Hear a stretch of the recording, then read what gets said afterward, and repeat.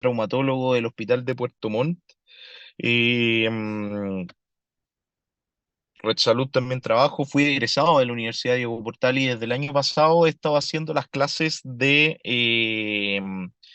traumatología para médicos generales en alumnos de cuarto año. Este año queremos iniciar algunos cambios con el doctor Peñuela, tratando de aumentar un poquito más el número de clases e ir distendiéndola un poco más porque son bastante concentradas, y ahí se van a dar ustedes cuenta de lo concentradas que son en el fondo. Eh, mm, pero la idea en el fondo, pero de momento vamos a mantenerlas tal cual por un tema de tiempo y en el fondo un tema más o menos organizacional, ¿vale? Entonces, la primera clase del día de hoy va a ser generalidades del músculo, del tejido musculoesquelético. ¿Ustedes a qué horas tienen clase después? Como a la 1, 2 de la tarde, me tengo entendido, ¿no? A las 2:30 en Dipreca. Ya, perfecto.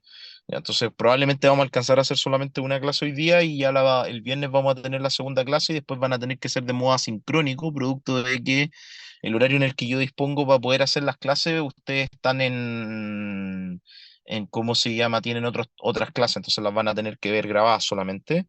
Igual tenemos que planificar con el doctor Peñuelo una sesión quizá un día sábado donde yo voy a viajar a Santiago para que nos conozcamos en persona y poder resolver dudas y tener algunas sesiones también por Canvas donde podemos eh, resolver algunas dudas que se generen durante las clases, etcétera, etcétera. Bien, así que vamos a partir con generalidades de músculos del tejido musculoesquelético. Entonces, en primer lugar, una de las típicas, de los típicos falsos conceptos que se tiene sobre la especialidad que yo estudié es que traumatología es prácticamente carpintería y que nos preocupamos solamente de los huesos y una serie de otras cosas así. Pero la verdad de las cosas es que no es tan así tampoco. Existe una serie de condiciones biológicas relacionadas con la especialidad que nosotros desafortunadamente somos los únicos que conocemos porque nuestra especialidad, aun cuando es una fuente frecuente de consulta, como van a ver más adelante, es muy específica y la mayoría de los médicos generales desconocen demasiadas cosas sobre nuestra propia especialidad. Entonces, con ese motivo, yo subí estos gráficos. En el gráfico de la izquierda, estos son unos estudios españoles donde hablan principalmente de de los principales motivos de consulta a nivel de APS, atención primaria de salud. La mayoría de ustedes van a terminar, ya sea como generales de zona, trabajando en consultorio o en consulta, haciendo este tipo de cosas. Y dentro de eso, uno de los porcentajes más importantes son consultas, por ejemplo, por lumbago, que son consultas traumatológicas y representa cerca de la tercera causa más frecuente de consulta dentro de una consulta médica normal. Y esta otra es básicamente un porcentaje de interconsultas por especialidad, donde en el fondo se puede ver donde se puede ver la gran cantidad de interconsultas que se generan en el fondo a través de traumatología, que representa cerca de la segunda fuente más frecuente de interconsulta desde APS hacia atención secundaria. Y obviamente también las derivaciones que se hacen por los motivos de consulta, la lumbalgia, la guanartrosis. No encontré la estadística actual, pero si ustedes ven las listas de esperas quirúrgicas, en el fondo donde toman, que ahora han estado bastante en boga, todos los pacientes con listas de espera quirúrgica de todas las especialidades, la primera causa de interconsulta a nivel de todas de lista de espera de todas las cirugías, tanto contando todas las especialidades que operamos, los oftalmólogos, los dermatólogos, los ginecólogos, los cirujanos generales y subespecialidades, etcétera, etcétera. La primera causa es la prótesis de rodilla, seguida de la prótesis de cadera, y en tercer lugar, pero por lejos, va, y después vienen las otras especialidades. O sea, las dos primeras causas de listas de espera quirúrgica a nivel nacional son las listas de espera traumatológicas, causas traumatológicas. Por lo tanto, es importante y es una consulta muy frecuente y créanme que yo que me vine para acá para ir al sur en el fondo, existe una enorme ignorancia respecto a nuestra especialidad. Entonces, vamos a partir con los temas que vamos a tratar ahora. Y esta es la clase introductoria y es probablemente la base de todo lo que vamos a hablar más adelante. Donde vamos a hablar en primer lugar algunas generalidades del sistema locomotor, sobre los tendones, los ligamentos, la entesis, el músculo, el hueso, el cartílago articular y finalmente algunas conclusiones. Entonces, dentro de las funciones del aparato locomotor tenemos la función de protección y de carga, la locomoción, de ahí su nombre, la función hematológica y la función endocrina, que es la parte que menos nos gusta a los traumatólogos, porque realmente es la parte que menos tiene que ver con las primeras dos funciones, que son las que no nos encargamos más. Entonces, tenemos la función de protección nosotros, de carga, locomoción y movilidad, y las funciones endocrinológicas y hematológicas que finalmente son y resultan de enorme importancia. De ahí, por ejemplo, que la osteoporosis se pueda dar por múltiples ocasiones y no solamente por múltiples causas y no solamente porque el paciente es un adulto mayor, sino que además tiene que ver, por ejemplo, con el uso de corticoides, tiene que ver con el uso de alguna endocrinopatía y también con la presencia de enfermedad renal crónica que está directamente relacionada con el metabolismo del calcio, como se ve en la figura inferior izquierda. Entonces, pasando al tema a los temas más duros, tendones. Entonces, la principal función de los tendones es transferir las fuerzas del músculo al hueso y permite el movimiento articular y tiene un rol secundario en estabilizar algunas articulaciones, como por ejemplo la rodilla también se estabiliza o el hombro se estabiliza también con tendones de algunos músculos, ¿bien? Manguito de los rotadores para los que el manguito de los rotadores cumple una función también de estabilización del hombro, un estabilizador dinámico que lo vamos a ver más adelante en la clase de hombro.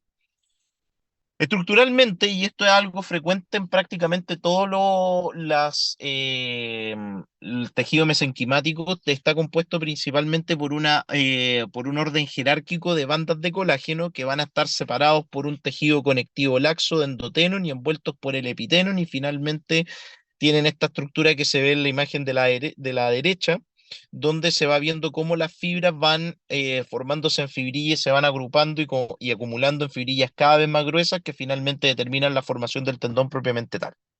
Su composición, principalmente el agua y el colágeno tipo 1, que representa cerca del 85% del peso seco, y el tipo 3, que es del 0 al 5% del peso seco. Normalmente esta configuración se va perdiendo cuando existen ciertas enfermedades degenerativas, como es el caso de eh, mm, de la tendinosis, por ejemplo. ¿Bien? Otra parte importante están los proteoglicanos, que son ciertas proteínas con ciertos carbohidratos en el fondo que permiten la formación que permiten darle ciertas características de elasticidad. La decorina, que es la más predominante y que regula el diámetro de fibras de colágeno y genera los puentes entre los distintos fascículos y el agrecano que se encuentra en las zonas de compresión del tendón. Eso es básicamente como de qué está compuesto el tendón propiamente tal, y posteriormente se estructura en estos bases que van a estar rodeados por este tejido conectivo. ¿Bien? Tenemos dos tipos de tendones, los tendones que están cubiertos por paratenon, que es un tejido conectivo laxo en el fondo, que tiene una mejor vascularización y una mejor potencial de recuperación, y habitualmente las lesiones se utilizan en la unión miotendínea y en la entesis, siendo la unión miotendínea, como su nombre lo dice, la unión entre el músculo y el tendón, y la entesis, el punto donde se inserta el tendón al hueso, y los tendones que están cubiertos por bandas, por vainas, como por ejemplo el caso de los tendones flexores de la mano, que son menos vascularizadas y que tienen cierta área que reciben nutrición a través de difusión en general, a través de una membrana sinovial que está presente en este tipo de vainas. Bien, en general son menos proclives a las lesiones como cortes en el fondo, y son lesiones por laceración y tienen mayor riesgo de generar adherencias cuando ocurren esto. Por ejemplo, cuando se cortan los tendones de la mano, muchas veces estos tendones tienden a unirse entre ellos, producto también de esta misma vaina sinovial que está presente y que lo está cubriendo. ¿Vale? Biomecánicamente, nosotros vemos que tienen una alta resistencia a la tensión y se doblan a la compresión, similar a lo que sería un comportamiento de cuerdas, y básicamente tienen un comportamiento viscoelástico. ¿Qué quiere decir eso? Que conforme la presión los va deformando, ellos pueden adquirir una mayor elongación. Por ejemplo, ese mismo concepto se puede aplicar, por ejemplo, cuando uno elonga los tendones y uno puede alcanzar un mayor rango articular de repente asociado también a la elongación. Y uno lo puede ver, por ejemplo, cuando hace algunos tipos de ejercicio y después de un tiempo empieza a adquirir una mayor capacidad de poder llegar más lejos. Eso habitualmente no es porque la articulación se libera, sino porque los tendones se empiezan a alargar y tenemos mayor capacidad y mayor extrusión del tendón y mayor capacidad de movimiento. Y eso se debe a ese tipo de comportamiento viscoelástico. ¿Qué factores influyen en la mecánica? El tamaño, que es directamente proporcional, es decir, mientras más grande, mayor capacidad mecánica tiene. Un cuádriceps se mueve y tiene mayor fuerza que, por ejemplo, un tendón de un dedo de la mano. La localización, que va a determinar las cargas, el ejercicio y la inactividad. Acá el aparato locomotor tiene la gracia de que en el fondo, mientras más uno se mueva, más fuerte y más resistente y mayor capacidad va a tener de movilidad, que es lo que yo les decía previamente en el fondo, que si uno elonga más el tendón, este tendón tiene mayor capacidad de movilidad, por eso es mucho menos frecuente las lesiones tendíneas, salvo que sean traumáticas, en pacientes que son activos físicamente versus aquellos pacientes que son inactivos. Y la unión miotendínea, que las propiedades del músculo también van a estar determinando el grado de carga. Bien, y la edad obviamente que también tiene una inflación. Dentro de las lesiones tendíneas, nosotros tenemos la paratendonitis, que es la inflamación del paratenon, de esta estructura que va recubriendo el tendón. La tendinitis, que es una degeneración sintomática del tendón de forma aguda, donde básicamente hay una irrupción vascular y una respuesta inflamatoria. La tendinosis propiamente tal, que es la degeneración del tendón, secundario a atrofia, existe un cambio de la microestructura y de la arquitectura del tendón, los haces se vuelven más disgregados, el colágeno tipo 1 se va cambiando habitualmente por colágeno tipo 3, hay una mayor proporción de colágeno tipo 3 en este tipo de lesiones y es lo que habitualmente se da con el paso de la edad y se llama tendinosis. La perotendinitis con tendinosis, que es básicamente la unión de las dos cosas, la rotura tendínea, el nombre lo dice, y la desinserción tendínea o también llamada avulsión, que es cuando se arranca a nivel de la unión miotendínea el tendón. ¿Vale? Ahora, los tendones tienen capacidad regenerativa, pero es bastante mala. En general, es un proceso inflamatorio que va a determinar la formación de un tejido de colágeno desorganizado que habitualmente no tiene las mismas capacidades biomecánicas del tendón original. O sea, una vez que se te corta el tendón nunca queda del todo igual. Bien, propiedades estructurales a largo plazo no superan el 2/3 de lo normal, que es lo que estábamos hablando, y los tendones cubiertos por vainas, producto de esta capacidad que tienen de generar adherencias entre ellos, hay que hacer una movilización lo más precoz posible. Y los tendones con peritenon, una inmovilización inicial, que es lo que hace, es la diferencia, por ejemplo, entre lo que ocurre con el tendón de Aquiles, que tiene paratenon, y los tendones de la mano que tienen vaina sinovial. En el caso de los de vaina sinovial, uno trata de empezar rápidamente un protocolo de movilización en el caso de nosotros los traumatólogos, y en el caso de los tendones de Aquiles, uno hace lo contrario, lo deja inmovilizado por más tiempo para evitar en el fondo para evitar en el fondo que se rompan, y acá no hay riesgo de adherencia tampoco. Entonces, esta es la cascada con la que se empieza el proceso repetitivo, donde existe en primer lugar la hemostasis, una etapa inflamatoria, una etapa de organogénesis, donde existe la llegada de colágeno y la formación de estas enlaces desorganizados, y finalmente la remodelación del colágeno, que pasa de colágeno tipo 3 a colágeno tipo 1, y que dura bastante tiempo, pero aún así siempre queda con algún grado de desorganización y el tejido cicatrizal nunca vuelve a ser el mismo. ¿Bien? ¿Dudas hasta acá?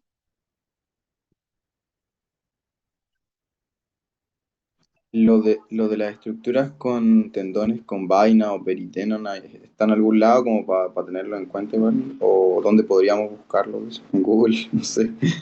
Mira, en general eso es anatomía, ¿cachai? En general son pocos los tendones que tienen vainas. Los de la mano en general son los que tienen las vainas, vainas sinoviales. y el resto casi todos son para tendón. Pero aún así, cuando vayamos pasando las distintas clases de los distintos tendones, yo siempre hago un repaso anatómico y les voy mostrando cuáles son las vainas y toda la cuestión. Pero a priori eso. ¿Ya? Conforme vayan pasando las clases, vaya a ir viendo cuáles son los que tienen vaina y cuáles los que no tienen vaina, y hay algunas excepciones también especiales que son ¿cómo se llama? Que también es importante verlas, ¿bien? Pero en el fondo, tranquilo, paciencia. Lo Ya, importante muchas para gracias. es que hay tendones con vaina y hay tendones sin vaina. Los con vaina habitualmente se adhieren, hay que empezar una movilización precoz, y los sin vaina son los que habitualmente no se adhieren y uno puede hacerlo con cierto grado de inmovilización, ¿vale? Vale, profe. Eso. ¿Alguna otra duda? Ya. Entonces, sigamos con los ligamentos. Los ligamentos tienen una función de restricción de la movilidad articular, estabilizándola en el fondo. Eso es lo que hace un ligamento. Un ligamento es un restrictor de la movilidad anormal de una articulación, permitiendo que se mueva de manera normal. Y eso permite lo que nosotros llamamos estabilización. Y aporta además una propiocepción, ya que tiene un alto número de mecanorreceptores. ¿Qué es la propiocepción en el fondo? Es eh, la capacidad que tiene el cuerpo de saber o de sensar la posición en la que se encuentra sí mismo. Por ejemplo, si tengo una mano levantada, o cuánta fuerza estoy aplicando en una articulación, etcétera, etcétera. Y de esta misma forma generan descarga refleja a nivel eh, de la columna vertebral, de tal manera de poder funcionar y modular la función muscular para evitar en el fondo movimientos anormales que podrían predisponer una nuevas lesiones. Entonces, por ejemplo, lo que pasa en los esguinces de tobillo. Lo que ocurre en los esguinces de tobillo muchas veces es que cuando se dañan los ligamentos, que lo vamos a ver más adelante también, cuando se dañan los ligamentos, se produce una rotura de los mecanorreceptores, lo que finalmente desencadena que los reflejos del tobillo no sean tan buenos como antes, y eso finalmente es uno de los mecanismos por los cuales ocurre que de nuevo se vuelvan E15. Probablemente alguno de ustedes ha tenido un E15 de tobillo en algún momento y al tiempito se volvieron a andar, se volvieron a doblar la pata, y al tiempo volvieron a tener problemas y un número, etcétera, importante. Bueno, eso se produce principalmente no solamente por la lesión del ligamento propiamente tal y porque queda, digamos, pierde un poco sus características, sino que además de todo porque han perdido propiocepción. Y eso es una de las cosas que habitualmente la ven los kinesiólogos después de cuando uno manda un E15 tobillo al kine. Bien. Composición, nuevamente, agua y colágeno tipo 1 formando parte importante del peso seco. Esto que en general se cumplen prácticamente todas las estructuras del aparato locomotor. El colágeno tipo 1 es como la vedette de esta cuestión, salvo en el cartílago articular. Elastina, lípido, proteoglicanos y el epiligamento que está presente en algunos ligamentos, que es este tejido de conexión laxo. También tiene una característica jerarquizada, al igual que los tendones, donde las fibras las fibras de colágeno van uniéndose entre ellas, formando microfibrillas y posteriormente estructuras cada vez más complejas. Tienen baja celularidad, donde principalmente son los fibroblastos los que más tienen presencia, y una muy escasa vascularización. Como habíamos dicho, tiene menos colágeno, mayor elastina, proteoglicano y agua, una baja vascularidad y celularidad, y tiene también un comportamiento viscoelástico. Y acá está la jerarquía de esto. Parte con el tropocolágeno, las microfibrillas, subfibrillas, fibrillas, fascículos, y finalmente se forman ligamentos.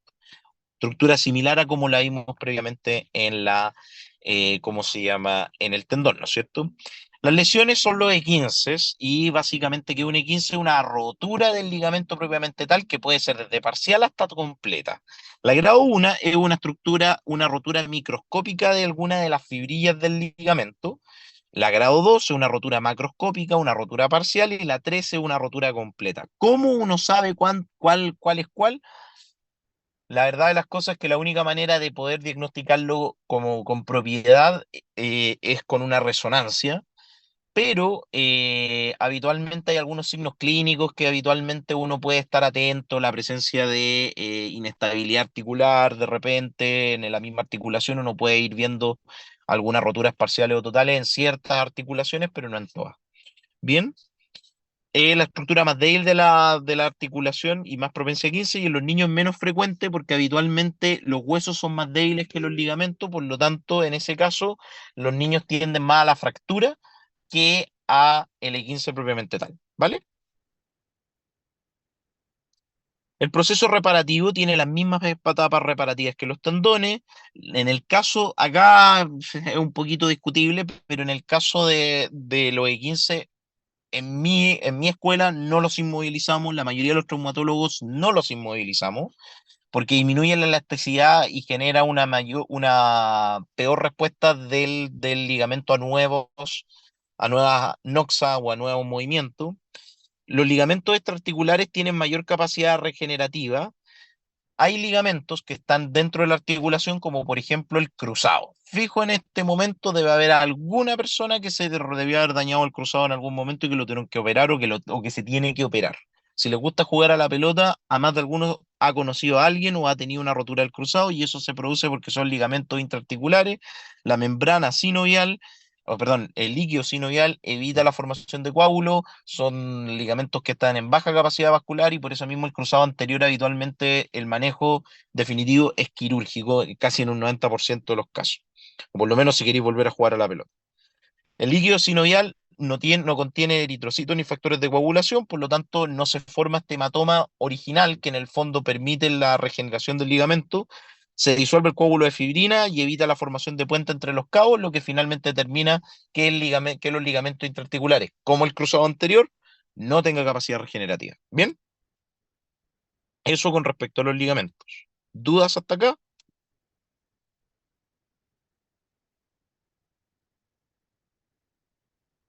No.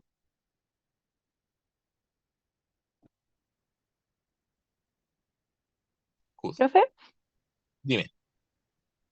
si uno tuvo un esguince y no hizo esta kinesioterapia, eh, ¿puede como que eh, ahora siga sirviendo eh, hacer tales ejercicios o como que después de un tiempo ya no tiene mucha utilidad? Mm, Mira, yo no a todos los pacientes con esguinces los mando a kine, de hecho a la minoría, ¿ya? Y porque, especialmente los esguinces de tobillo. A los de rodilla a veces, pero con un poquito más de frecuencia. Pero los de tobillo yo no los mando en general a kine, salvo que encuentre que el esguince fue muy fuerte. Clínicamente veo que está muy edematoso, etcétera, etcétera, por lo tanto muy edematoso con mucha quimo, ¿sí? Entonces creo que probablemente fue un E15 grado 2, grado 3. Entonces a esos pacientes yo en general los mando más a, ¿cómo se llama? A kine, e incluso de repente los inmovilizo si es que lo veo que fue muy grave la lesión. La quine funciona como en agudo, más que nada en el caso del E15. En el caso del E15, salvo que tengas alguna secuela, que hayáis quedado con algún grado de dolor residual, salvo que hayáis quedado con alguna molestia posterior a esto, alguna cosa por el estilo, ahí en general le mando a hacer un poco más de quine. Pero definitivamente, o sea, si tuviste un E15 hace 3 años atrás y anduviste bien y jugabas a la pelota, salías a correr, salías a bailar y toda la cuestión y nunca te pasó nada, ¿para qué hay a hacer quine? Da lo mismo. ¿Cachai? Ah, ya, entiendo. Como que depende un poco de caso a caso. Hay pacientes que sí, por ejemplo, después de 3 semanas siguen con dolor, siguen con molestias, que doctor, me duele, y los revisáis, chucha, les pedí una radiografía, los vais moviendo y toda la cuestión, y cachai que les duele, pero tampoco tanto. Ya, eso los mandáis aquí en el fondo porque probablemente debe haber algún grado de inestabilidad en la articulación que le está generando molestia. Pero un paciente que se guinzó un día la pata y que en verdad después, 3, 4 semanas después, ya anda impeque y en verdad le molesta un poquito, pero no mucho, chao. Lo esperáis nomás que se mejore Ya. solo. ¿Vale? Eso. Y si se repite muchas veces como en el Sí, ahí tiempo, sí. Sí, sí. Ah, sí, mandarlo aquí. Sí. Sí, ahí sí, porque ahí probablemente hay una inestabilidad de tobillo secundaria. Y ahí quizá la propiocepción se perdió. Y ahí eso es otra condición, que es son esguinces recurrentes. Y eso sí, en el fondo, yo los mando en general a kine cuando ya tienen como 3 o 4 episodios de 15 en unos 6 meses o 6 en un año. Yo en general los mando a kine a todos y a veces hasta puede que les pida alguna resonancia.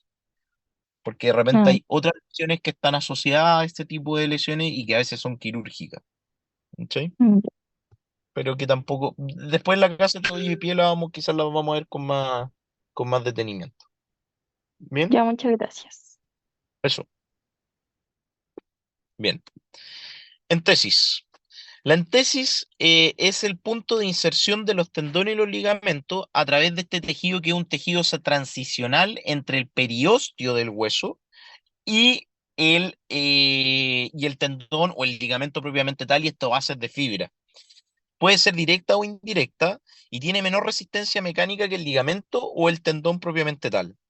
Tienen terminales libres responsables de la nocicepción, es decir, duelen, y por eso hay una condición que se llama entesitis, que es un tipo de inflamación de esta estructura y que genera harto dolor, y tienen mayor riesgo de lesiones o de fractura avulsiva, y tienen lesiones que pueden ser ligamentos huesos, que en general son ortopédicas, y las de tendón hueso en general son quirúrgicas porque el tendón suele, con la fuerza y contractura del músculo, suele arrastrar ¿cómo se llama? El pedacito de hueso, y eso se llama fractura avulsiva, y habitualmente esas suelen ser quirúrgicas, salvo un par de excepciones, ¿vale?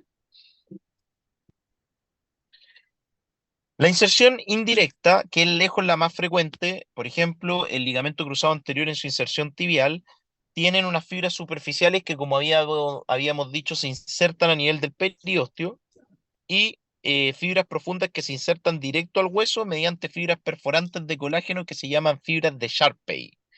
Y en la inserción y en la inserción el peritenon se continúa con el periósteo, es decir, se meten estas fibritas que son las que se ven acá, ¿no es cierto? Que son las fibras de Sharpey, y y ¿cómo se llama? Y el peritenon, que es la parte que está afuera, se va a continuar con el periósteo, que es la membrana que cubre el hueso propiamente tal, y que lo vamos a ver más adelante cuando veamos el tema de hueso.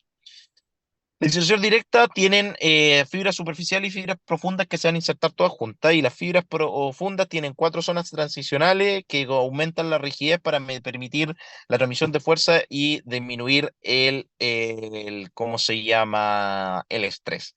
Y ahí, acá abajo están las distintas etapas o zonas transicionales que tiene la entesis, donde se ve que parte de una estructura que es predominantemente ligamentario-tendínea y termina en una parte propiamente tal ósea, ¿vale? Hay una transición entre lo que es el tendón y la formación de hueso propiamente tal en el punto insercional de los tendones, ¿vale? Y estas lesiones son bastante frecuentes y habitualmente es el punto más débil donde ocurre la mayoría de las tendinitis, y ocurre la mayoría de las desinserciones, y ocurre la mayoría de las cosas. Ejemplos de lesiones por entesis: la entesitis glútea, que son dolores glúteos que se generan tanto en pacientes que hacen muchos ejercicios de cadera como aquellos que no hacen ni una cuestión. Las lesiones, las desinserciones que se producen a nivel del manguito de los rotadores, el supraespinoso, por ejemplo, muy frecuentemente se desinserta de la cabeza del húmero, del footprint. Lesiones insercionales a veces ocurre también en el cruzado con la fractura, con con lesiones avulsivas, por ejemplo, de las espinas tibiales, que ocurre habitualmente en infantil, etcétera, etcétera. Hay varias, también está el mallet finger. Vamos a ver todas esas cuestiones cuando vayamos viendo cada una de las lesiones por presa, digamos. ¿Bien?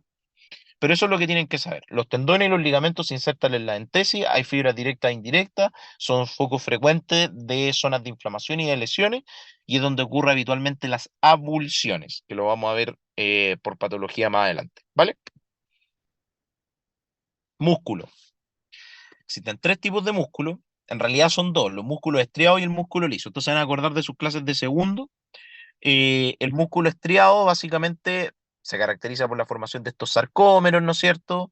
Que tiene el músculo esquelético y el músculo cardíaco. El músculo cardíaco en este caso no nos interesa tanto, obviamente tiene una funcionalidad similar al músculo esquelético, solamente que no es un músculo que funciona por sí solo. Y el músculo liso, que no tiene estas estriaciones, ¿no es cierto? El músculo estriado esquelético es, como le habíamos dicho, el que más nos va a interesar. Y de nuevo tiene esta estructura en el fondo jerarquizada que ven en la imagen de la derecha. Tienen la fibra muscular, el endomicio, los fascículos, el perimicio y el epimicio. Y la unión miotendínea, que es básicamente el punto de transición entre el músculo y el tendón propiamente tal, y que también es un punto frecuente de lesiones asociadas.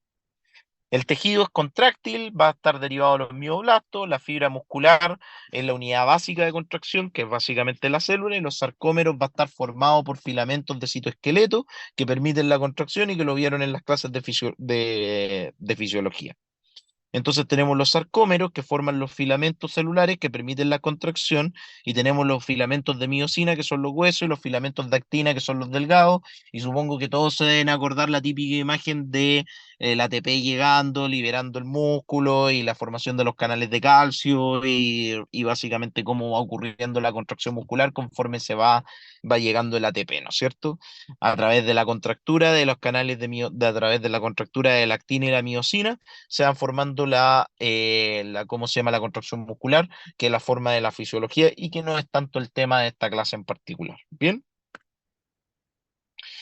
lo que sí nos puede evaluar un poco más, especialmente a aquellos que les gusta ir harto al gimnasio, son los tipos de contracción muscular y tenemos la contracción isométrica, que es la contracción con un largo constante, por ejemplo, empujar un objeto inmóvil, la contracción isoquinética, que es una contracción con una velocidad constante, que en el fondo es como un tipo especial de contracción, la pliométrica, que es una elongación rápida seguido de una contracción de grupos musculares, por ejemplo, los burpees, la isotónica, que pueden ser concéntricos, donde el músculo se acorta durante la contracción, por ejemplo, flectando el codo, ¿no es cierto? O los excéntricos, que se alargan durante la contracción, por ejemplo, la elongación contra la resistencia, que son los ejercicios excéntricos y que son tan queridos por aquellas personas que hacen pierna en el gimnasio, ¿no es cierto?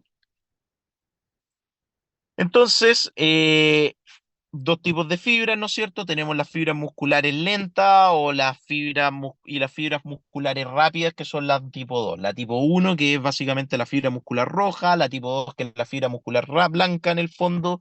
La roja es aquella que funciona con un mecanismo más bien aeróbico y que tiene una respuesta de contractura más lenta. En el fondo son ejercicios más bien de resistencia, depende harto del ATP y de la oxidación de oxígeno. Y la fibra blanca, que es la típica que muestran en los pacientes que levantan pesas, etcétera, etcétera, que tiene una enorme capacidad de fuerza, pero una contractura mucho más lenta y en el fondo tiene una velocidad rápida de contracción, pero se fatiga mucho más rápido que la fibra muscular roja, ¿no es cierto? Y principalmente, y esto es importante, la fuerza de la contracción va a depender del diámetro del músculo y del tamaño de las fibras musculares, aumentan con el entrenamiento junto con la velocidad también de contracción. Esto es de súper de importancia nuevamente porque, como les había dicho, el aparato locomotor, todas las estructuras de las que estamos hablando en este momento se van modificando conforme va pasando el ejercicio y se van volviendo, conforme uno hace actividad física, y se volvían volviendo más resistentes conforme más esfuerzo uno le meta a esa cuestión. Entonces, si uno entrena el aparato locomotor, vaya a tener huesos más fuertes, vaya a tener musculatura más fuerte, vaya a tener tendones más fuertes y vas a estar menos proclive a tener lesiones musculoesqueléticas cuando viejo. Por lo tanto, es un llamado al ejercicio, ¿vale? De nuevo, sin embargo, las lesiones musculares tienen una mala capacidad de regeneración, al igual que los tendones, al igual que la entesia, al igual que los ligamentos, etcétera, etcétera. Y las lesiones musculares pasan desde la contractura muscular, que se sabe que son, ¿cómo se llama?, roturas microscópicas del músculo propiamente tal, hasta el desgarro de frontón, que es la rotura del músculo propiamente tal. Los desgarros se producen principalmente por contracciones excéntricas en músculos biarticulares, como por ejemplo los isquiotibiales, como por ejemplo el cuádriceps. Habitualmente, lo que habíamos dicho, el punto más débil es el punto de transición, ya sea la unión miotendínea o la entesis. Se produce liberación de citoquinas, factores de crecimiento, macrófagos que van a remover el tejido necrótico y células satélite indiferenciadas que se van a formar miocitos, y en roturas más grandes se reemplaza por tejido fibroso. Esto es de suma importancia. ¿Por qué? Porque el músculo tiene, como habíamos dicho, una baja capacidad regenerativa y, al igual que todo el resto de la estructura, no se regenera con tejido similar. El tema es que si nosotros inmovilizamos un desgarro precozmente, que es lo que habitualmente nosotros hacemos cuando tenemos algún dolor, que dejamos de mover la pata, o dejamos de mover la mano, o dejamos de mover el hombro, que en caso de que haya un desgarro, la capacidad de formación y de diferenciación de los miocitos perdón, de las células satélite a miocitos disminuye significativamente. Por lo tanto, ¿qué es lo que se genera? Aumenta la cantidad de tejido fibroso y de tejido cicatrizal, que en general desencadena que se pueda predisponer a nuevos desgarros. Por eso, muchos pacientes que son deportistas de alto rendimiento y que tienen unos desgarros, pero caballos, que son gigantescos, los compadres obviamente tienen kinesioterapia, tienen traumatólogos, médicos deportistas, etcétera, etcétera, que se encargan de la movilización precoz de estos pacientes. Y el problema que se genera es que, como son desgarros tan grandes, se genera tejido cicatrizal que habitualmente es un tejido más débil y que se tiende al desgarro. Por eso, por ejemplo, los futbolistas profesionales y los deportistas de alto rendimiento, una vez que se desgarran, muchas veces vuelven a recurrir esos desgarros con el paso del tiempo, por esta misma condición del tejido muscular. ¿Vale? ¿Dudas, preguntas hasta acá?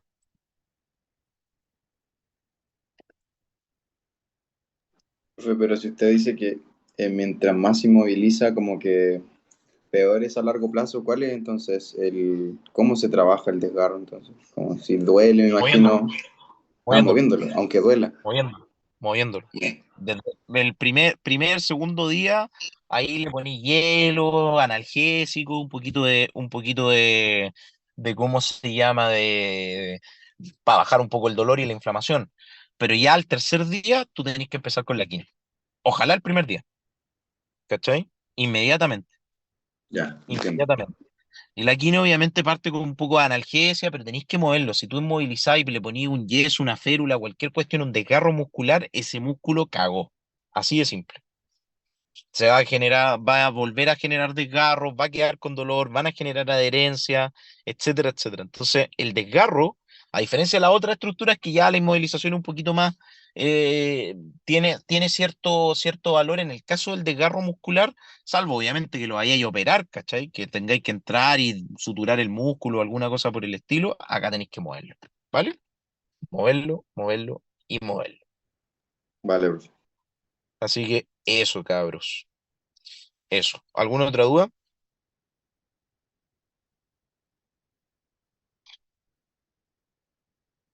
¿No? Súper. Bien. Y acá el tema que más me gusta a mí y que nos gusta más a los traumatólogos, el SOWE, ¿vale? Ahora, el hueso tiene una estructura, vamos a hablar primero de la macroestructura, y va a estar formado por dos tipos de huesos, que son los huesos corticales y los huesos trabeculares. El hueso cortical tiene 5 a 10% de porosidad, es un hueso más denso formado por una lámina ósea, que son más compactas, que tienen menos celularidad, por lo tanto menos capacidad vascular, y está presente en la diáfisis de los huesos largos, ¿vale? El hueso trabecular, por otro lado, es el que se ve ahí abajo y que ve básicamente, se encuentra en 50-95% de porosidad, es como una esponja, aunque dura, obviamente, y se encuentra en la metáfisis y en la epífisis de los huesos largos, se puede encontrar también en los huesos cortos y los huesos planos, y hay matriz entre los tabiques y médula ósea que básicamente tiene la función hematopoyética de la que habíamos hablado al iniciar la clase, ¿vale? Macroestructuralmente, y esto lo habíamos mencionado en la otra parte, el periósteo, que es esta membrana que va a recubrir el hueso y va a tener una capa interna que va a tener células osteoprogenitoras llamadas osteoblastos también, y una capa externa que es una capa más bien fibrosa, que básicamente va a tener algunos vasos sanguíneos y donde van a venir alguna vasculatura. Es responsable de 2/3 de la circulación ósea. Por lo tanto, gran parte de la sangre que va a irrigar al huesito no viene de adentro del canal endomedular, sino que viene del periósteo. Y por eso, muchas veces nosotros los traumatólogos cuidamos tanto este tejido. Y las fracturas, y lo vamos a ver más adelante, son tan importantes en el fondo, porque finalmente lo que más se suele dañar o lo que más nos interesa al momento de recuperar, para ver el tema de la recuperación, es que esta membrana no se pierda. Porque si no hay sangre, no llega la estructura, no llega la capacidad regenerativa del hueso, que es muy buena, y en el fondo genera problemas. Genera problemas, no uniones, maluniones, etcétera, infecciones, bla, bla, bla. Entonces, dentro de la histología del hueso, nosotros vemos que va a estar formado 2% por célula, que son los osteocitos, los osteoblastos y los osteoclastos. Los osteocitos básicamente son osteoblastos que quedan embebidos dentro de la matriz ósea y en el fondo empiezan a tener una función más bien de mantención. Los osteoblastos son formadores de hueso propiamente tal y son células entre comillas osteoprogenitoras y los osteoclastos que son células no derivadas propiamente tal de la línea ósea, sino que más bien son familiares de los macrófagos y se encargan de la resorción ósea. La matriz ósea, por otro lado, representa cerca del 98% y va a estar formado en un 30% por matriz orgánica, que va a ser colágeno tipo 1 y proteoglicano, y la inorgánica, que se representa cerca del 70% de la matriz ósea y que es la hidroxiapatita y el pirofosfato de calcio. Y estas dos cristales, apréndanselo porque también tienen harto que ver con el metabolismo del calcio, que en nefrología se los van a pasar, ¿vale? Ahora, pasando del macro al micro, nosotros vemos que el hueso se estructura en estructuras cilíndricas que se llaman ostiona o el sistema de canales de Havers, que son estructuras cilíndricas de hasta 200 micrómetros que tienen nervios, venas, arterias y nervios que se van interconectando a través de los canales de Volkmann, que son los que se ven, dame un segundo, a ver dónde están. Bueno, son esas lineecitas que se ven por allá. ¿Bien? Esos canalículos son los que se van interconectando con los distintos canales de Havers y que van a estar rodeadas de laminillas de hueso. Los canales de Havers son son la estructura básica del hueso, ya sea cortical o trabecular. ¿Bien? Y es como están irrigados y vemos los osteocitos que yo les había dicho que están ahí embebidos dentro de la matriz ósea. ¿Vale? Ahora, el hueso es una estructura que no es madera, es una estructura dinámica y una estructura metabólicamente importante y se media a través de la ley de Wolff, que es una ley parecida o muy similar a lo que habíamos hablado de lo que yo les vengo repitiendo durante toda la clase, que el aparato locomotor se va modificando conforme uno le vaya metiendo ejercicio a la cuestión. Entonces, los huesos de un animal o una persona se adaptan a las cargas aplicadas en ellos y los huesos se modifican según las fuerzas de tensión o compresión a los que están sometidos. Abajo ustedes pueden ver un fémur, en el fondo una cadera o un cuello, un fémur y una cabeza. Y vemos las estructuras trabeculares que van a estar conformadas el hueso, cortado por la mitad en el fondo. Y fíjense cómo está esta cuestión. Acá donde yo les estoy mostrando. Esta estructura que yo les estoy apuntando acá con el puntero se llama cálcar, ¿vale? Y esta es una de las estructuras óseas más densas del fémur y es una de las estructuras que más resiste las fuerzas rotacionales a las que está sometida la cadera, que es una de las estructuras que más movimientos tiene junto con el hombro. Y fíjense acá que estas son líneas trabeculares. ¿Se fijan? Que son como un poquito más densas a nivel de la radiografía. Y estas son líneas que en el fondo permiten distribuir las cargas a las que va a estar sometida el cuello femoral y son líneas que son prácticamente iguales o se repiten en todos los pacientes porque son los movimientos que habitualmente todas las caderas tienen. Y en el centro hay un triángulo que se llama triángulo de Ward, que es un triángulo que en la osteoporosis va creciendo, producto de que se van perdiendo estas capacidades, producto de todas las causas de la osteoporosis en el fondo y se van disminuyendo en gran medida la capacidad que tenga el hueso de soportar estas cargas. Ahora, ¿cuál es la gracia de esta cuestión? Estas líneas son más densas conforme más carga tenga la cadera. Mientras más carga tenga la cadera, más líneas van a tener o más densas van a ser y más resistente se va a volver a la cadera. Y lo contrario pasa si es que hay pacientes postrados, por ejemplo, adultos mayores que habitualmente no se mueven mucho, pacientes obesos, etcétera, etcétera. De tal manera que un paciente que tenga una corticales de este porte, que se mueve, que hace mucho ejercicio, que chuta, que es una persona activa, tiene mayor resistencia al trauma que una abuelita que en el fondo está todo el día sentada en la casa, acá en el caso del sur, que están todo el día al lado de la estufa de leña y que se mueven de la casa, de la cama a la cocina, de la cocina a la cama. Esos pacientes se caen y olvídense, más la falta de vitamina D, eh, se fracturan al tiro.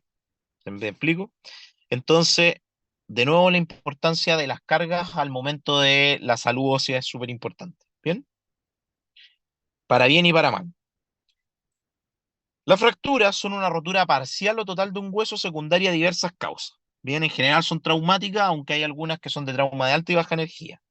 La consolidación es el proceso de reparación y reconstitución de un hueso, de un tejido óseo dañado, recuperando su función y su forma originales. Esto se diferencia del resto de las estructuras que habíamos hablado previamente, a que el hueso se regenera con hueso. No hay tejido cicatrizal, salvo que hay algún problema en el proceso. Pero en condiciones normales, normales, considerando el trauma, un hueso se regenera con hueso, tiene las mismas características físicas y mecánicas del hueso original. Por eso es un tejido tan noble. Involucra una serie de procesos celulares, proteicos y vasculares y existe dos tipos de consolidación, la primaria y la secundaria. Bien, la consolidación primaria requiere una reducción anatómica completa y una estabilidad absoluta. Acá vamos a entrar otro concepto, que es la estabilidad absoluta y la estabilidad relativa. Una estabilidad absoluta es básicamente que los fragmentos de los huesos que van a estar, de los fragmentos de la fractura en el fondo, no se movilicen o tengan una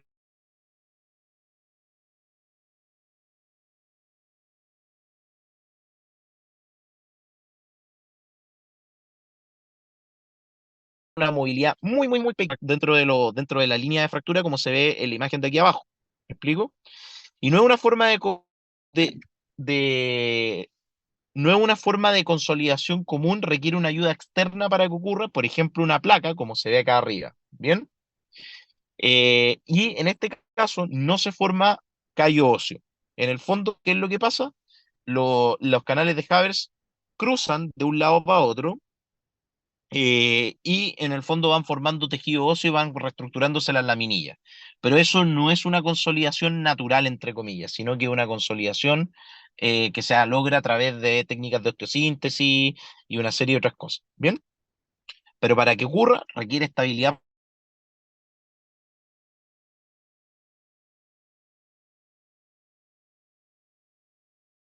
consolidación y la más habitual, y esta requiere una estabilidad relativa, es decir, que hay una capacidad de movimiento mayor que en el caso de la estabilidad absoluta para que ocurra la formación de un hematoma, la formación de un callo óseo blando y finalmente un callo óseo duro y posteriormente la remodelación. Y así es como en la imagen de abajo vemos cómo va ocurriendo esta cuestión. Este proceso es asincrónico, es sincrónico. En el fondo, en una misma fractura hay estadios donde se ve hematoma, hay estadios donde se ve una formación de un callo blando y hay otras partes donde se ve una formación de callo, digamos, duro, o de callo óseo, y hay algunas partes donde probablemente se esté remodelando incluso. Pero de forma académica se dividen así, pero la verdad de las cosas es que esta cuestión es un poquito más desordenada, entre comillas. Pero la consolidación secundaria tiene un rol sumamente importante, particularmente en las fracturas diaficiarias. La fractura de fémur, como se ve en la imagen de abajo, la fractura de tibia, etcétera, etcétera. Uno trata de alcanzar este tipo de consolidación porque son huesos que tienen menor capacidad de regeneración, son huesos que tienen menor cantidad de llegada de sangre y son huesos que tienen mayor probabilidad, mayor tendencia a generar ciertas complicaciones también relacionadas con el proceso propiamente tal, de consolidación. Por lo tanto, uno siempre trata de buscar en este tipo de huesos, en la mayoría de los casos, una consolidación relativa. ¿Y por qué entonces buscamos la consolidación primaria, en el fondo, la estabilidad absoluta? Particularmente para proteger al siguiente tejido del que vamos a hablar, que es el cartílago articular, y que no nos sirve que haya en el fondo, no nos sirve que haya callo. Bien, vamos a hablar más adelante de eso. Entonces, lo que le habíamos hablado, las etapas de la consolidación, parte con la inflamación, un hematoma, factores de inflamatorios, citoquinas, plaquetas, que dura aproximadamente 7 días. La reparación, donde se forma el callo blando, formación de tejido cartilaginoso con colágeno tipo 2, se unen los fragmentos de fractura que comienzan a estabilizarse. Esta etapa, el callo blando es como una suerte de plasticina, para que se hagan una idea. Bien, y todos los fragmentos de fractura, los pedacitos de hueso van a estar unidos por esta plasticina. ¿Se puede mover si le aplicáis carga? Por supuesto que sí, igual que una plasticina, pero ya no van a andar flotando como en una sopa de sangre como habitualmente ocurre en la fractura aguda. Después viene un periodo de mineralización donde se forma el callo duro o el callo óseo, donde el colágeno tipo 2 se reemplaza por colágeno tipo 1. Comienza a ocurrir la osificación del callo propiamente tal y dura aproximadamente 3 a 4 semanas. Y la remodelación donde el hueso se vuelve a adquirir sus características o su forma normal y está mediado por la ley de Wolff, donde el hueso se restablece y puede durar entre meses o años. ¿Bien? Ahí tenemos algunos ejemplos, por ejemplo, algunos ejemplos de remodelación y de cómo se llama de callo óseo. En acá, lo que se ve acá arribita, por ejemplo, esto fue una fractura de tibia, donde se le colocó un clavo endomedular que genera una consolidación relativa y formó un callo óseo, ¿no es cierto? Acá, por ejemplo, se ve el callo ya óseo y se ve que se está formando un callo un poquito más blando, ¿no es cierto? Que es un poquito más radiolúcido que el que está a la izquierda. Y acá hay una etapa de consolidación que todavía está en proceso, quizá incluso está en periodo de una unión. Bien. Acá tenemos, por ejemplo, también como esta fue una fractura infantil en el fondo, donde se colocaron estas estructuras que se llaman TEN, que son clavos elásticos que se colocan en los niños, y se ve en el fondo que probablemente esto estuvo fracturado en algún momento y el hueso empezó a remodelar y bueno, quedó más o menos así. Y acá hay una no unión que es una complicación de una fractura, ¿vale? O sea, distintas etapas, distintos procesos en distintas imágenes. Eso es lo que quería apuntar. Bien. ¿Qué factores determinan la consolidación? Existen factores del paciente, que es la edad, el tabaquismo, pésimo para la consolidación, fumar hace horrible, diabetes, el uso de corticoides, la enfermedad renal crónica o la enfermedad hepática, inmunosupresión, radiación, factores neurológicos y obviamente la nutrición. Vegano, mala consolidación. Pacientes con dietas muy restrictivas, la misma cuestión. Factores de las fracturas, por ejemplo, la ubicación, dónde están ubicadas, si son fracturas articulares, son fracturas diafisiarias, el nivel de conminución, la conminución es qué tan molido esté, o sea, una fractura conminuta es una forma de llamar una fractura molida. El compromiso vascular, como habíamos hablado, el periósteo tiene un importante factor, pero también las arterias que la circunvalan, por lo tanto, si hay una lesión vascular asociada, por ejemplo, a las arterias femorales, asociado a una fractura de fémur, por decir algo, obviamente va a tener menor capacidad de regeneración que si no tuviera esa lesión vascular. La exposición, que la fractura esté expuesta al medio externo, ¿no es cierto? Infecciones obviamente asociadas dentro del foco de fractura o un paciente que ya está cursando con alguna infección en alguna otra parte, también puede verse afectada su proceso de consolidación y obviamente el nivel de estabilidad que leemos. Demasiada estabilidad puede ser contraproducente en algunos tipos de fractura y muy poca estabilidad también lo es. Por lo tanto, siempre hay que tratar de conseguir el nivel de estabilidad que uno quiera para conseguir el tipo de consolidación que uno trate de apuntar. ¿Vale? Es un concepto bien complejo, pero lo vamos a ir viendo conforme vayamos viendo algunos ejemplos. Bien, ¿dudas hasta aquí?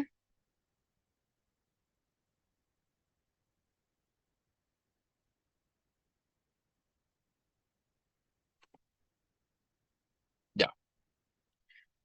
Sigamos pues. El cartílago articular es probablemente el peor de todos estos tejidos. ¿Y por qué el peor? Porque es el más necesario y el que tiene menor capacidad de regeneración propiamente tal. El cartílago articular está formado por un cartílago hialino que recubre los extremos de las articulaciones y tiene una función de lubricante para las estructuras articulares propiamente tal. Tiene un grosor promedio entre 2 a 7 milímetros y realiza una fricción nula en el movimiento articular. Es un tejido aneural, avascular y alinfático. Por lo tanto, tiene una capacidad de regeneración prácticamente nula. Protege el hueso subcondral de las fuerzas cizallantes a las que está sometida la articulación y, de nuevo, tiene esta característica viscoelástica. Bien. Su celularidad, los condrocitos son células altamente especializadas, metabólicamente muy activas, produciendo colágeno y y degrada la matriz extracelular. Representa cerca del 1 al 2% del volumen del cartílago y se nutre habitualmente por difusión. La matriz extracelular va a estar formada en un 80% por agua y aquí es importante el colágeno tipo 2, a diferencia del resto del cuerpo, es el más importante del cartílago articular, que representa cerca del 60%, y los proteoglicanos alrededor del 15%. Esta tiene una estructura también formada por capas, donde hay una capa uno que es una estructura superficial, donde tiene una orientación de fibras tangenciales, condrocitos discoides y tangenciales con una baja concentración. Tiene una segunda etapa, que es la media, que tiene fibras de colágeno oblicuas, una capa profunda que tiene formas radiales en el fondo, en el plano axial, y el cartílago calcificado, que es la capa más profunda, y son formas tangenciales nuevamente, y que tiene baja concentración de proteoglicano, y habitualmente los condrocitos en esta etapa son como los más activos y son los que están sumergidos en matriz extracelular. Bien. Tiene un coeficiente bajísimo de fricción y básicamente tiene características elásticas que, sumadas con el líquido sinovial, permiten una adecuada lubricación y una muy buena lubricación de la articulación propiamente tal. El líquido sinovial entrega lubricación a través del lubricante y el ácido hialurónico, y el ácido hialurónico absorbe cargas al unirse al agua y tiene un mecanismo elasto hidrodinámico, donde básicamente va modificando la concentración de agua de acuerdo a las características. Es como una cama de agua el cartílago propiamente tal. Cuando uno aprieta una cama de agua, ¿no es cierto?, otra parte se hincha, ya, algo así ocurre. Principalmente distribuyen la cantidad de agua de acuerdo a las cargas a las que está sometido. Y es una característica que permite modificar un poco las funciones, darle mayor resistencia y evitar que que el hueso subcondral se dañe. Pero obviamente, al ser un tejido tan especializado y con tan baja capacidad de regeneración, es una estructura que se tiende a dañar mucho. Con la edad se produce una serie de características y de cambios en el cartílago articular, que son las que puse acá. Existe una disminución de la celularidad, disminuye la concentración de agua, hay un aumento del colágeno tipo 4, a diferencia del colágeno que nos sirve en este caso, que es el colágeno tipo 2, y la artrosis, y eso se llama artrosis, la degeneración del cartílago articular, y puede ocurrir en cualquier articulación, cabro, cualquiera. Díganme una articulación y esa articulación puede llegar a tener artrosis. Pero las de mayor prevalencia son las de rodilla, las de cadera, y en tercer lugar la articulación de manos, que se condice un poco con la estadística de lista de espera quirúrgica, como le habíamos dicho.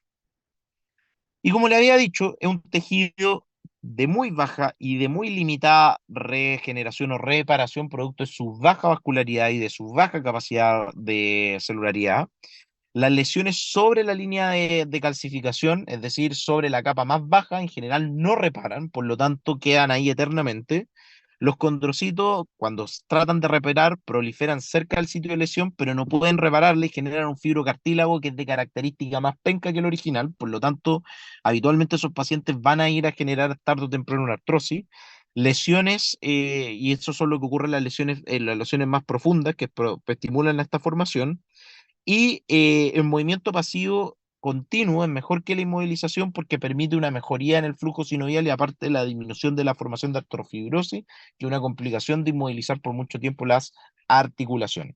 Si alguno de ustedes ha ocupado un yeso alguna vez en la mano, por ejemplo, se van a dar cuenta de que después de que le sacan el yeso no pueden mover bien la muñeca, y eso habitualmente se genera porque se forman fibrosis dentro de la misma articulación, y eso cuesta mucho que rompan y duele, y tienen que hacer kine para recuperar un poco el rango articular. Por lo tanto, muchas veces, en algunos casos, es mejor hacer algún cierto grado de movilidad pasiva de la articulación antes de dejarla 100% inmóvil, producto de este riesgo, y además de todo mejora un poco el flujo del líquido sinovial, que mejora parcialmente la reparación, porque esta cuestión en general no repara, en general.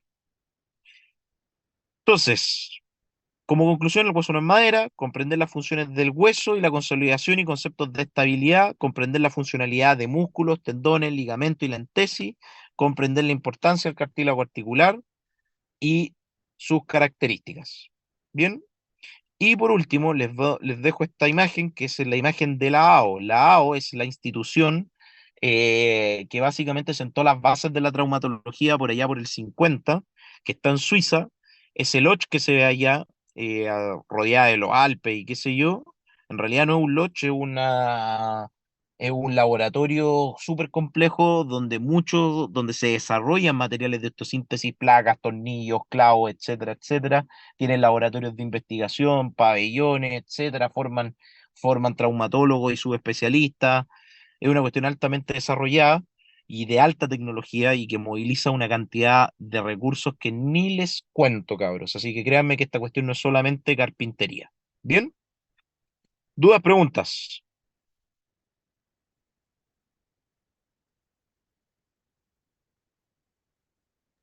Profe, una pregunta. Después vamos a tener alguna clase eh, como con la clínica del desgarro, cómo identificar, no sé, el E15 Sí, o no.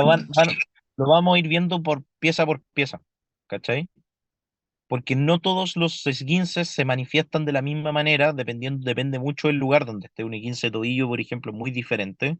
Ahora, como te digo, la única forma donde tú puedes diagnosticar o de que puedes diferenciar un esguince de una fractura, salvo que te dé la experiencia un poco y hay algunas cosas clínicas, por ejemplo, que te pueden ayudar un poquito, pero la única forma es con una radiografía, bien.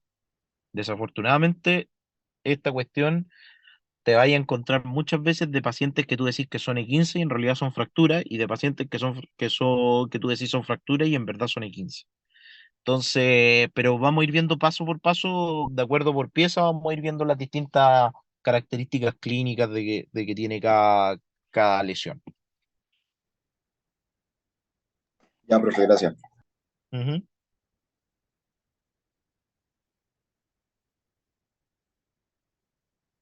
¿Dudas, preguntas?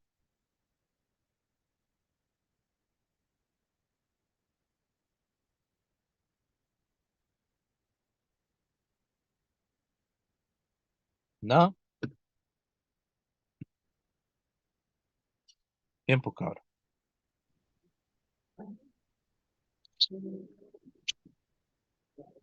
Creo que Dime. sí. ¿Podría mandar esta clase por correo? Sí, sí, creo que se las comparten después. Se las Sí, manda el problema es que al ahora mail. no estamos con Canvas, entonces no. Si es que Ahí tal le vez voy me la a... pudiese mandar al correo y yo la reparto. Ya, ya, mándame tu correo por chat y te lo mando. Ya, muchas gracias. Ujú.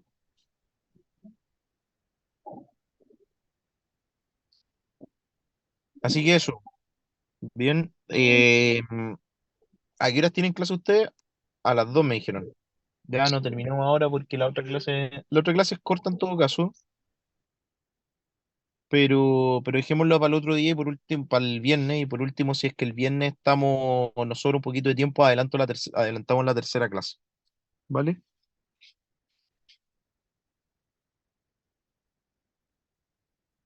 Eso, dudas, preguntas, nada más. Por mi parte, no. Bien, bien, pues chicos, les voy a dar igual mi correo electrónico, espérense un poco. eh,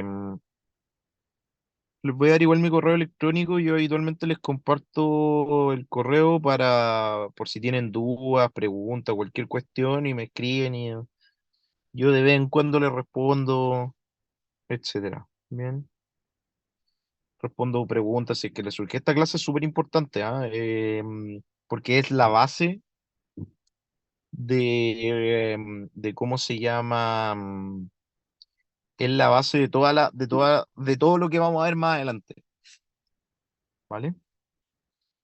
Media área, pero es como media fisiológica, probablemente muchas de estas cosas ya las vieron en algún momento, pero es importante que igual ustedes la conozcan súper bien. De acá no van a entender nada de trauma si no entendieron esta clase, ¿vale? Así que eso pues chicos.